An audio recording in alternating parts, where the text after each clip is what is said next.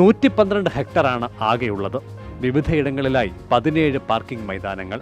ഉൾക്കൊള്ളാനാകുന്നത് 8000 വാഹനങ്ങൾ. അതാണ് പോയ വർഷം വരെയുള്ള സൗകര്യം.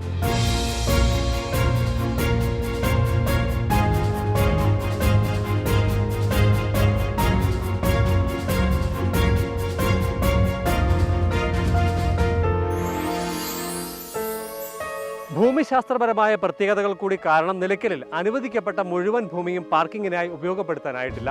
അതേസമയം തന്നെ വർഷാവർഷം പാർക്കിംഗ് ആവശ്യകത കൂടി വരികയുമാണ്. ഈ പശ്ചാത്തലത്തിൽ 3 ഇടങ്ങളിലായി ഭൂമി നിരപ്പാക്കി വരികയാണ്. ഇതോടുകൂടി ഇവിടെ 2000 വാഹനങ്ങൾക്കുള്ള അധിക പാർക്കിങ്ങിനുള്ള സാധ്യതയാണ് തെളിയുന്നത്. എന്തെങ്കിലും ഒരു ഇത് വന്നാൽ എരുമേലിയിൽ കൂടി ഭവന ബോർഡിൻ്റെ ഹൗസിംഗ് ബോർഡിൻ്റെ ഒരു 6 ഏക്കർ കൂടി അവർ തന്നെ ഒരു സംവിധാനമാക്കി ഒരുക്കിയിട്ടുണ്ട്. പിന്നെ കോടതിയോട് മാസപൂജയ്ക്ക് മാത്രം നമുക്ക് പെർമിഷൻ ഉണ്ടായിരുന്നുള്ളൂ. കോടതിയോട് അത് സീസണിലേക്ക് കൂടി അനുവദിച്ച് തരണം എന്ന് ഞങ്ങൾ അഭ്യർത്ഥിച്ചിട്ടുണ്ട്. അത് പോസിറ്റീവായി വരുമെന്നാണ് ഞങ്ങൾ പ്രതീക്ഷിക്കുന്നത്. അങ്ങനെയെങ്കിൽ ഇത്തരം കാര്യങ്ങൾ കൂടി ആവുമ്പോൾ പാർക്കിംഗ് പഴയതുപോലെ ഒരു കുഴപ്പത്തിലേക്ക് പോയില്ല എന്നാണ് ഞങ്ങൾ പ്രതീക്ഷിക്കുന്നത്. ഫാസ്ടാഗ് സംവിധാനത്തിലൂടെയാകും പ്രധാനമായും പാർക്കിംഗ് നിരക്ക് ഈടാക്കുക. നേരിട്ടും പണം സ്വീകരിക്കും. 24 മണിക്കൂറാണ് സമയപരിധി. ബസ്സുകൾക്ക് 100 രൂപയാണ്. മിനി ബസ്സുകൾക്ക് 75ഉം കാറുകൾക്ക് 50 രൂപയുമാണ് നിരക്ക്. പാർക്കിംഗ് ഒന്നിലധികം ദിവസം നീണ്ടാൽ നിരക്കും ആനുപാതികമായി കൂടും. കരാർ നൽകുന്നതിന് പകരം തിരുവിതാംകൂർ ദേവസ്വം ബോർഡ് നേരിട്ടാണ് ഇക്കുറിയും പാർക്കിംഗ് ക്രമീകരിക്കുന്നത്.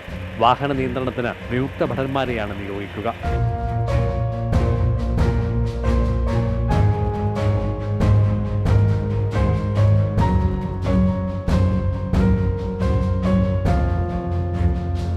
തുടർച്ചയായി മഴ പെയ്താൽ വഴുക്കൽ കാരണം ചില സ്ഥലങ്ങൾ പാർക്കിങ്ങിന് ഉപയോഗിക്കാനാകില്ല. സമീപ ദിവസങ്ങളിൽ മണ്ണിളക്കിയ ഇടങ്ങൾ ചെളിക്കളമാവുകയും ചെയ്യും.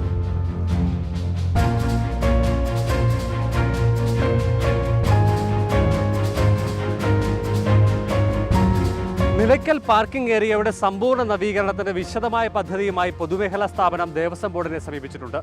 4 വർഷം കൊണ്ട് പൂർത്തിയാക്കാൻ കഴിയുന്നതാണ് പ്രവൃത്തികൾ. പദ്ധതി യാഥാർത്ഥ്യമാക്കാൻ സർക്കാർ നിലപാടാണ് നിർണായകം.